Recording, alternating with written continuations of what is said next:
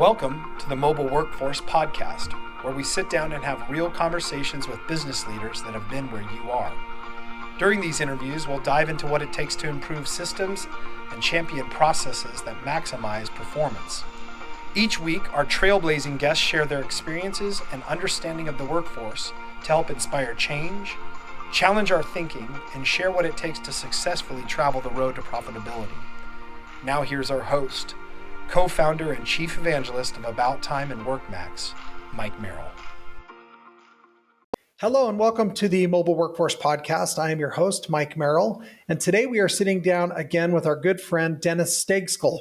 Dennis is the Director of Strategy at Sage Construction and Real Estate and was also one of the original guests on episode number 3, all the way back at the beginning of the Mobile Workforce Podcast. So if you haven't heard that one, I encourage you to go back and take a listen. We always enjoy having Dennis on. So today we're going to talk about the having purpose-based software in your business and how important that can be on today's construction job sites. We'll also talk about the 4 large events that Dennis has attended recently. We've got TUG, the user group conference, CFMA, ABC Tech Alliance, and also the National Sage Partner Summit. So thanks, Dennis, for joining us today. We're excited to have you back on the show.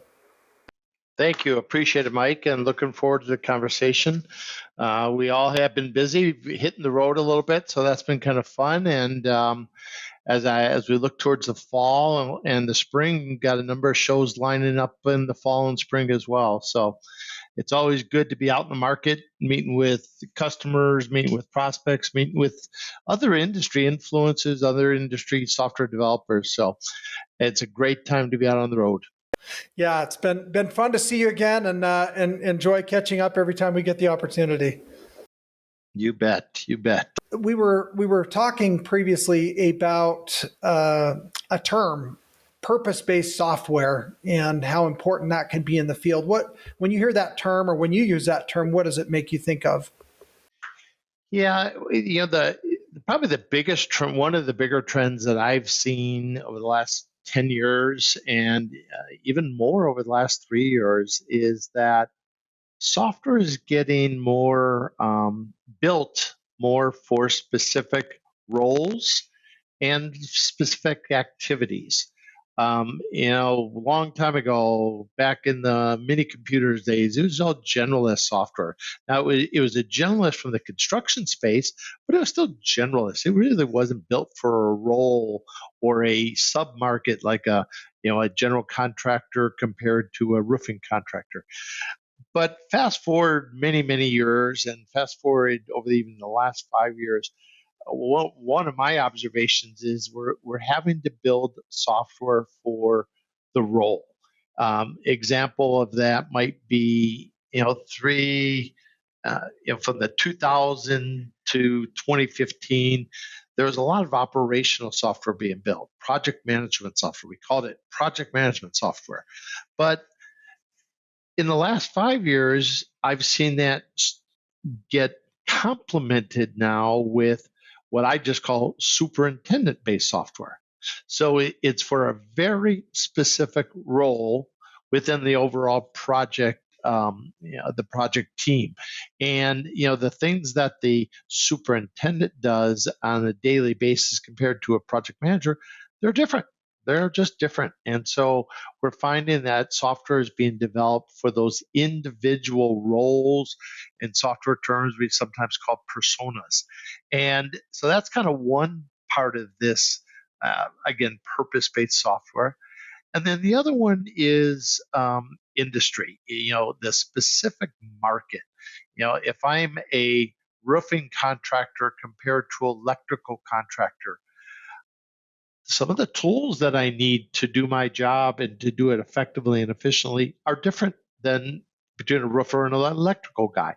So we'll see tools again in these different roles or different areas of work.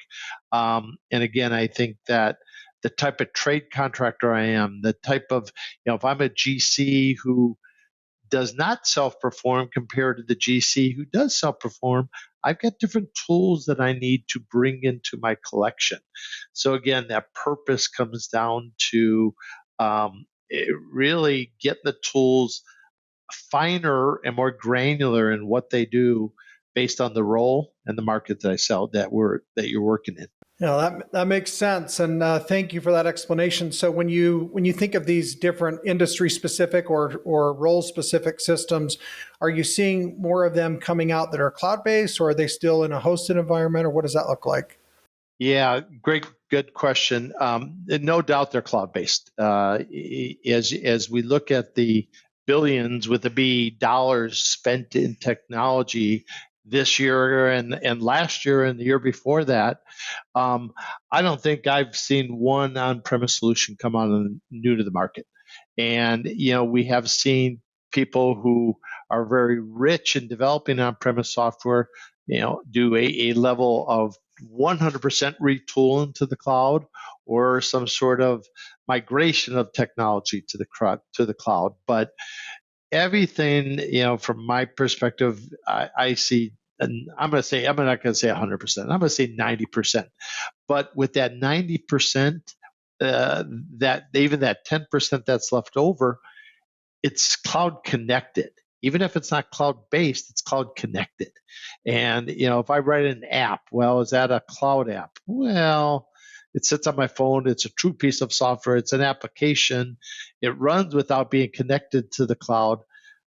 So is it really cloud software? Yes and no, but it is cloud connected for sure. So I'd be willing to say pretty much 100% is cloud connected in some form or fashion, but 90% is true cloud software in some form or fashion. Great. Yeah, that's a great explanation, and that definitely clears it up. I think there can be confusion in the marketplace from a marketing perspective. Companies want people to look at them a certain way, and so maybe the way that it's explained is more leaning towards what they think customers want to see. But I think the way you explained it's perfect, and I would completely agree with that. And there's a role for both. There's no doubt. Yeah, and that's a great point as well. There are purposes why you would go one way or the other, but yeah, I think the vast majority of everything coming off of the line today is cloud based. Yep, I'd agree.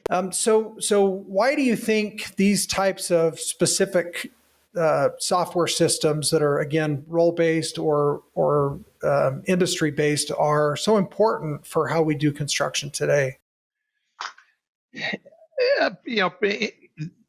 If you truly utilize a tool and you utilize it for the purpose it's built, I firmly believe you can be more productive. It can lead to productivity gains. It can lead to less errors. If you have a much clearer picture of something based on the tool, and you can read the data quicker, you can read the data more accurately. You're not re-entering data. All those things will eventually lead to increased productivity and less gain or less waste. And the more the tool is built for you, what you do, I firmly believe you're going to be much more productive with it.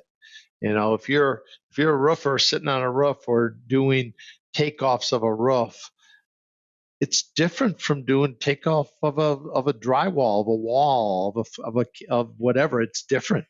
And so if the tools are built for what you do, efficiency and productivity and less waste. Yeah, that makes great sense. So tell me, you've been at a bunch of conferences lately. We talked in the intro about those. We've got specifically TUG, CFMA, the ABC Tech Alliance, and also the Sage Partner Summit. What did you see in common between all four of those events this last few months? Probably the biggest thing is the underlying theme of the cloud. There's no doubt that if I was to kind of look through those, you got TUG, and the TUG stands for the user group, and basically it's a collection of members that are users, customers of the Sage 300 construction real estate timberline product or the Sage 100 contractor product, the old master builder product.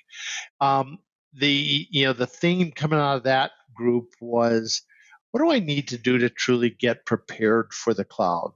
Questions along, what's truly the difference between when someone says hosted and someone says, true native cloud. So we're seeing, I think, in the tug group, it was all around how do we get prepared? Not that I'm moving tomorrow, and not that I have to move tomorrow. What I've got is working for me, but I'm starting to see the value of not having my servers in the back office. I'm starting to see the value of the power that the AWSs, the Amazons, the Azure, Microsoft Azures can bring to the market. The security dollars that are being spent by these organizations, much more dollars than I can spend on my on-premise. So I think that Tug, I walked away with much more educated group of individuals and customers, as well as much more inquisitive about the future. As I look at CFMA, I'd probably mimic that. I'd say a lot of the same is show me your latest, show me your greatest, show me what's new. Much more talk about integration and the ability for one piece of software to talk to another piece of software.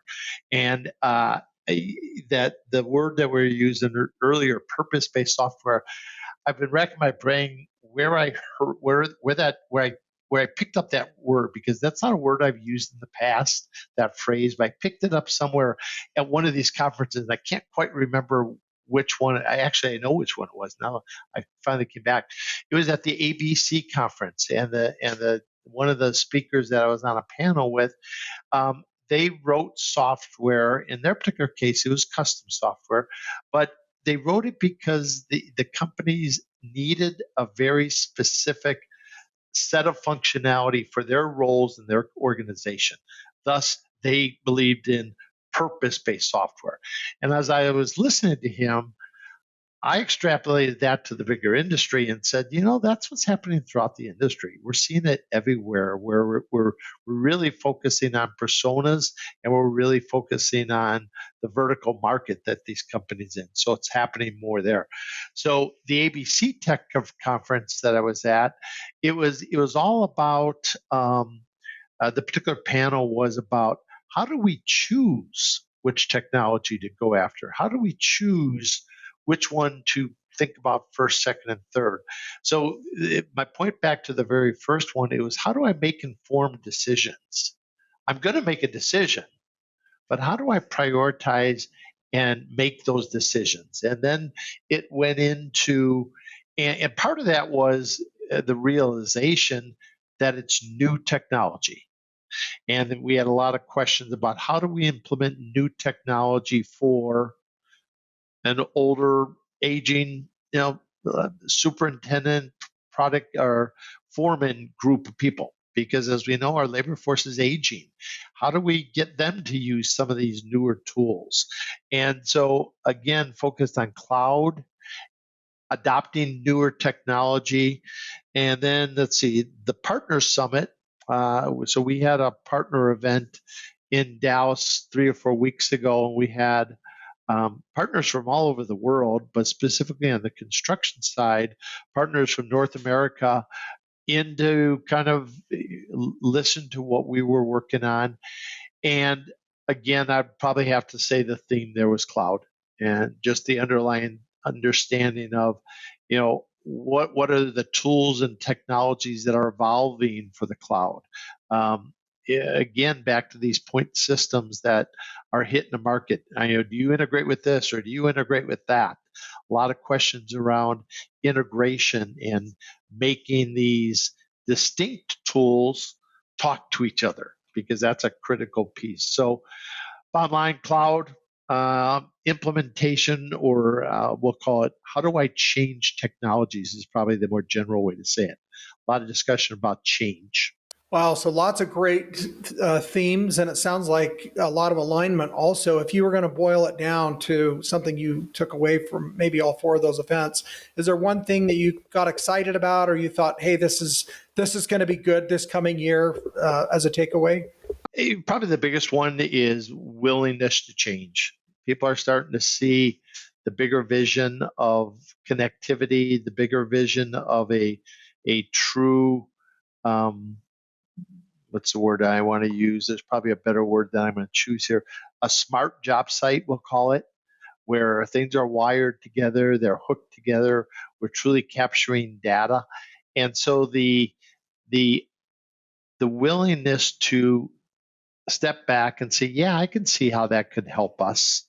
And now is maybe a good time to start thinking about the advantages of the new cloud technology. That's probably the biggest takeaway, is that acceptance. That acceptance. That's a great place to start, right? The conversations are starting to happen, is what I'm hearing you say. That's great. Yes, sir, they are. So one of the things in looking back through your presentation material from the ABC Tech Summit that you went to, I know one of the topics was about the issue of low productivity rates and digitization levels in construction. What are some of the things that you could share about that, and maybe your feelings on that topic? There's been all sorts of studies documented about the low adoption of technology in construction and the low productivity in construction. And one might say, do they kind of go hand in hand? And I'm not going to say, yeah, technology is going to make us all be that much more efficient and so on. We got to use the technology right. But first, if you think about construction and you think about other industries like health sciences, or you think about banking and finance, well, they're all in a very controlled environment in a lot of respects. They're in a building, they're in four walls, they're in an office. A banking, there's offices or branches all over the place. But if you start thinking about construction, and I think the other one that's really weak is agriculture and mining. What's the similarities between construction, agriculture, and mining? They're out there. They're out there. They're not in the four walls of a building. They're building the four walls of the building. They don't know what they're going to run into. Think about agriculture, weather. Weather drastically affects agriculture. Weather drastically affects construction because it's out there. But as I look towards, where we're at and where we were, or I should better say where we were at, back in the 80s and even 90s, we were in an analog world. Things weren't really digitized that much.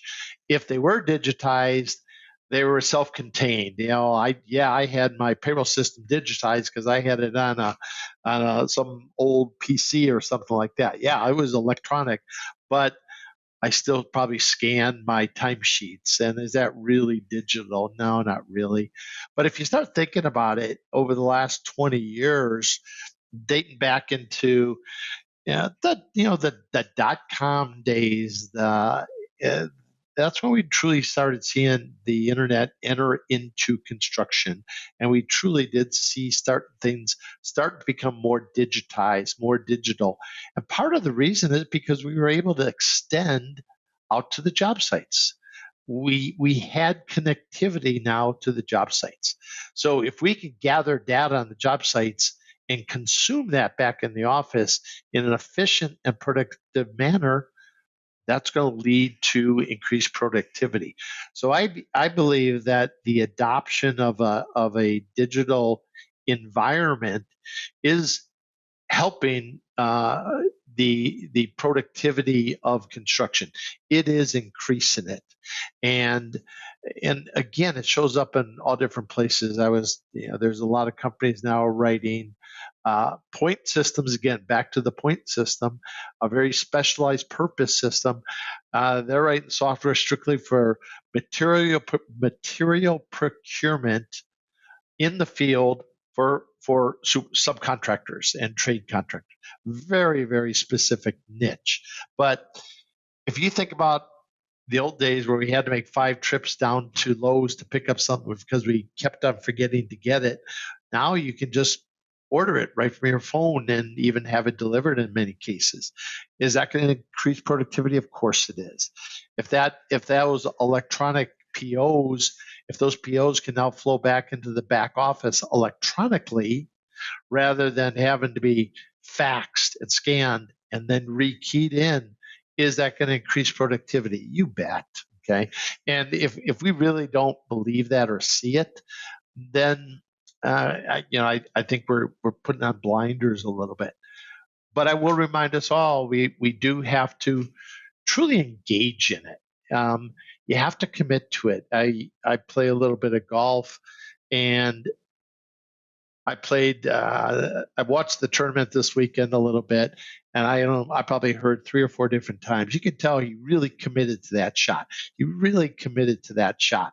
Well, when I was playing, I was good. I heard 3 or 4 times, you didn't commit to that shot. You didn't commit to it. And they were true. And the ones I hit well is truly where I committed to it. I had a plan and I executed. And that goes back to that ABC conference.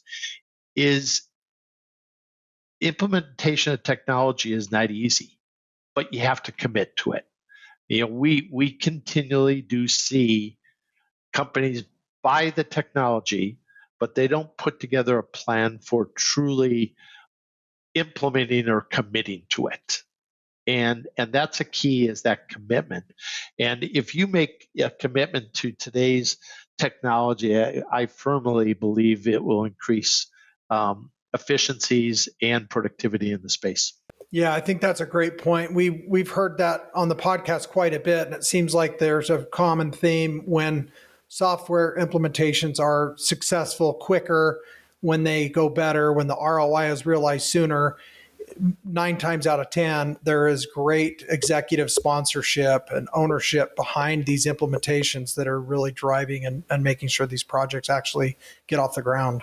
And it is so critical, and it goes from part of the ABC conference discussion we had was about how do you choose which things to adopt, and truly getting people involved. Listen to many ideas. You could always listen. You don't have to choose, and then choose the ones that will bring you the biggest benefit. Okay, sometimes it might not be total dollar benefit, but if you could say someone 10 hours a week, well, that's 10 hours a week times 52 weeks. That's a lot of hours, and it's a lot of turns into dollars. And so now I got to think, well, how can I apply those 10 hours to something much more productive? All of a sudden you get those savings. So really, picking the right one is always a challenge, but just as important is that implementation plan to how are we going to get it in place? How are we going to change our company around it? And, I think you have to be truly transparent with your staff. Sometimes you say, we got to do this. We just got to do this. We got to bite the bullet. We got to do it. Other times you maybe have to sell it a little bit. You got to convince a little bit, but you got to get that buy-in. You got to get that commitment. Yeah, I love that. And I think really back to your point earlier on, of course, committing to those shots, so to speak, but also the 4 walls. I mean, in the ABC report that you shared and some of what you talked about, construction in the last 2 decades has only improved their production by 1% annually, while other industries, and just the mean of all industries, is 2.8%. So almost 3 times more efficient with their 4 walls than we are when we're out remote. So it begs the question, if we had better mobile technology out on the job site, and we can sort of create virtual walls by using systems that essentially give us that same impact, maybe we could get a lot closer and maybe double or triple our production and productivity rate. Yeah, and I firmly believe that that's going to happen. I was on a call today with a tool manufacturer. It's interesting, the manufacturing and service companies that are continuing to look at ways to improve productivity. You look at Hilti and Milwaukee Tools about the technology of tracking the tool, the technology of measuring progress of the tools, variety of types of technology there. And, they're really at their infancy stages of what they're going to do with that. But the amount of data that they collect, number one, and then, just as easy, and just the idea of where is the tool? And that's a pretty simple thing, but think of the thousands and millions of waste on a job of, well, I need one of those, so I'm going to go buy another one. And we hear that all the time. So just tracking those tools is very critical. Another example you see happening with the rental companies, United Rentals, for example, they've got. It's interesting how these manufacturers and supplier of services, meaning tool rental is not a manufacturer, but they supply a lot of service to the industry.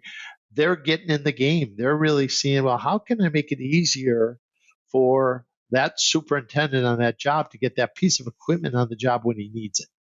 And then the same thing, getting it off the job so I don't have to pay for it. So if I've got to have this thing sitting on the job site for 3 days because I keep forgetting to have someone pick it up, now it's dollars that are being washed down the drain.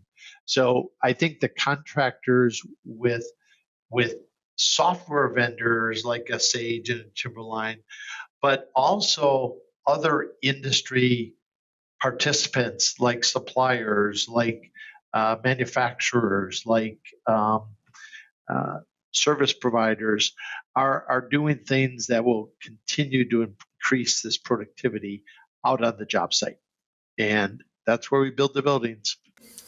Yeah, that's a great point. So that's one side is the initial production and really getting things done in an efficient manner. But one of the other statistics that you shared in 2018, over $500 billion was spent on rework. So that was 52% of that work could have been eliminated or at least improved by better communication and a lack of miscommunication. So not only building it more efficiently the first time, but also doing it correctly because we've got tools that ensure that we're building things properly. What can you tell us about that as well? Yeah, and that continues to improve every day. You see a lot of that more on the operations side than the finance side. Drawing management, as simple as drawing management, we got to change the drawing, make sure everyone gets communicated about it.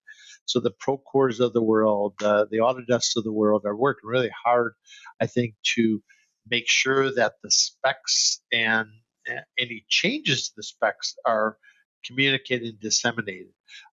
Also as important is just the ability to get at it, be able to pull it down on a job site effectively and efficiently. And that could show up on a simple 2D drawing or could be show up on a model. We're seeing a lot more integration, our ability for the BIM models to get distributed down to the job sites. So, over the last 5 years, we've seen major what I would consider improvements in that area to just cut down on errors. You take one of the whole premise of BIM is to see the building get built before you build it. Well, if you have to think about moving a beam, just think about, because it runs straight through where the HVAC is coming through, it's probably going to be easier to move the HVAC system. But if I don't have to rework something because I know I've got a clash detection already occurring, boy, it's going to save time and money. And so I think there's uses of it appearing every day. We're seeing it. We're not seeing it on all jobs, though. We're seeing it on some of the bigger projects because we haven't quite yet figured out how to get everyone trained on the technology, get it adopted. If I'm building a Taco Bell, I could be wasting a lot of money in building a Taco Bell, especially if we're building 2,000 of them in a year. Yeah, it's not a hospital, but I mean, the square footage of 2,000 Taco Bells might be pretty close to a hospital. So, it appears in different ways. Think of a home builder. If I'm building something and I could detect, maybe I've got a 500 home subdivision I'm putting in. I got 4 different models I'm building. If I can detect a problem on the first 5 times I build that model, just think of the savings that I could potentially find over the life of that subdivision, let alone future ones. So I think that there's all sorts of examples where um, the technology is helping that communication, preventing rework in a lot of cases, and again, I think rework on your existing projects as well as rework on new projects. And again, it depends on the type of work you're doing. But if you do a lot of repetitive work, um, every job, think of it as a learning opportunity. Yeah, that's great. So you talked in one of your tracks about the role of a CFM or a construction financial manager. What role or what impact can that role being executed properly have on having more successful projects?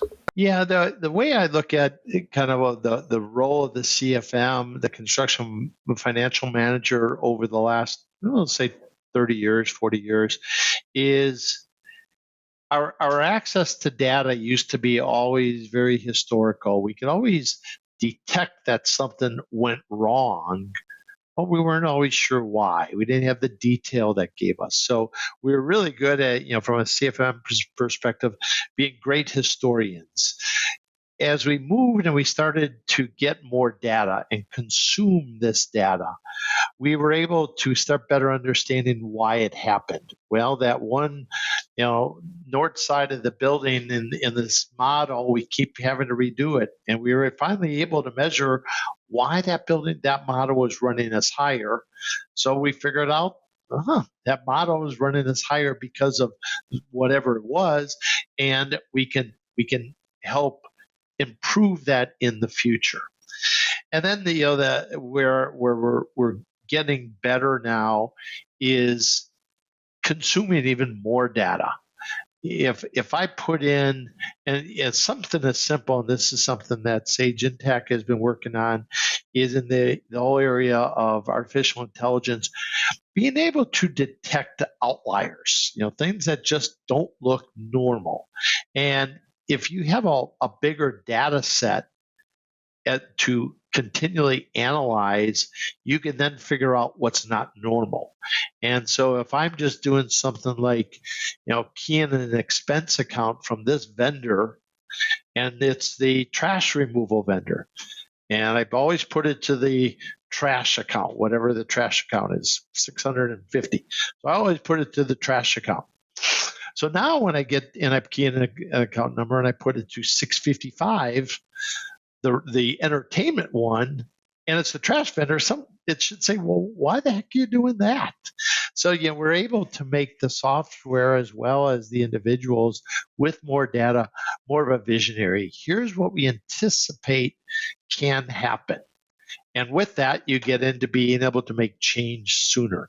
So you're seeing a lot of that construction financial manager role get more involved with the data, getting a little bit more predictive in nature as compared to responsive. Here's what we think could happen versus why did something happen, or just as bad, what important, what happened. So times are changing there, and I think it's all related to data.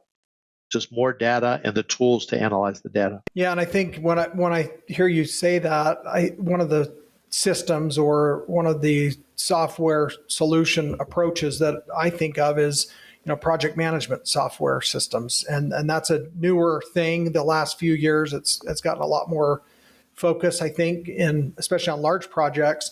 And one of the things that you spoke about is 93% of the award winners in excellence in construction and their projects were using a project management tool or solution.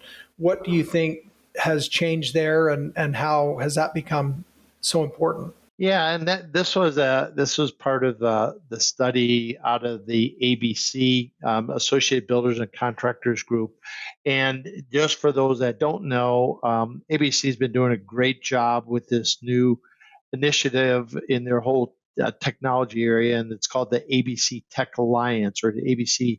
And with that ABC Tech Alliance and ABC Technology group that they put in place, they're doing a lot of good things. Number one, they did a survey last year, and on that survey, there's a variety of different numbers and things that came out of that survey.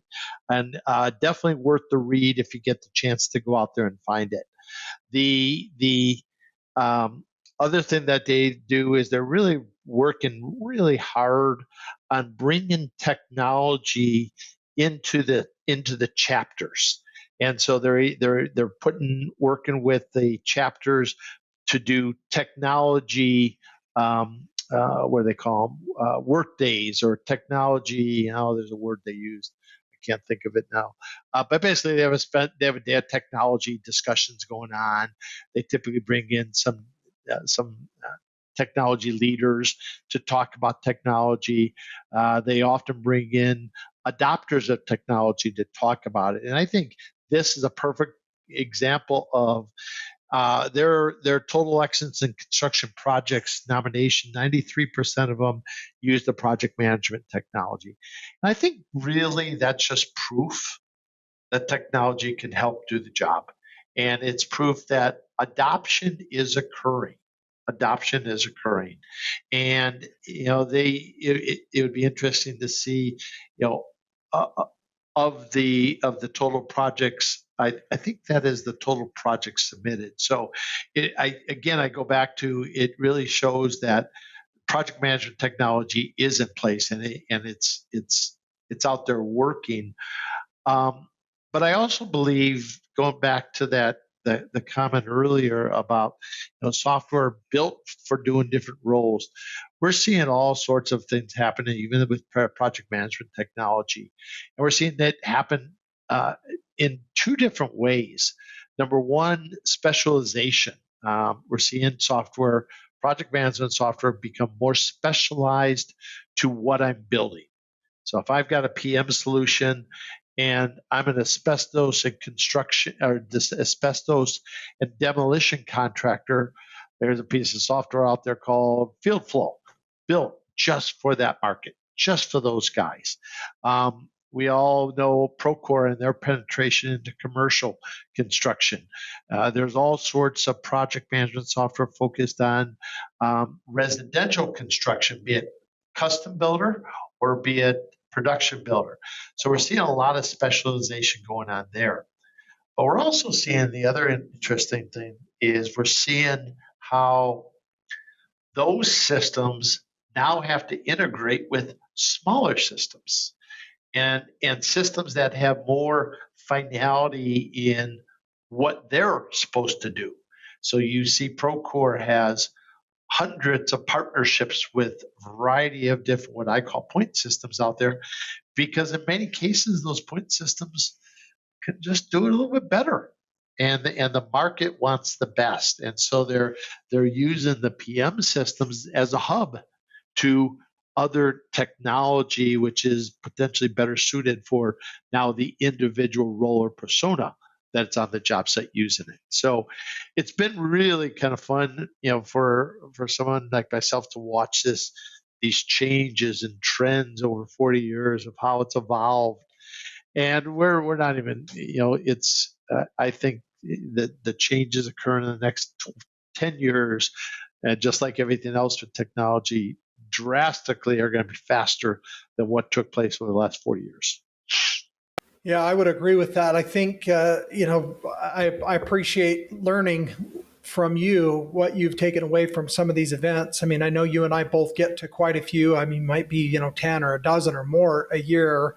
And there's a lot of companies out there, a lot of our listeners maybe haven't been able to attend some of these. So strongly encourage you all to check some of these out and participate. You'll have these takeaways that mean something more to your specific business, like Dennis and I continue to find, and as we talk with others. Dennis, what do you think would be your recommended takeaway for the listeners today from the conversation we've had? Probably the best one is technology. I think I am totally comfortable. It can help us become more effective, become more productive, drive stronger bottom lines. But you got to commit to it. You got to do your homework. You got to do the research. There's a lot of technology out there. You got to prioritize, and so you just can't grab and try to use. Don't just grab and try to use. Put a little effort into it, put a little work into it, and find that tool that truly meets your needs and your requirements. And a lot of times I'll have conversation with some of the point folks, and I'll say, is that really a need in the market, or are you trying to build a need in the market? And sometimes it's a little bit of both. Why would I need myself something to do that? One came across my desk a couple of weeks ago. Software to help track rebates. That's what the product was. It was software to help track rebates for primarily electrical contractors, because there's a lot of rebates offered by the manufacturers. And just to keep track of that, why the heck would have I ever thought I would have needed that? So think about your needs. A lot of times they're there, and you got to understand your needs and go out and look for it. There's a lot of technology out there changing every day. But be willing to kind of accept change and commit to change, because I think it's definitely has been upon us and continues to be upon us. That's a great note to end on. Well, thank you so much for the conversation, Dennis. This has been a lot of fun, and look forward to having another one down the road. Great. Thank you, sir. Mike, it was good talking with you again.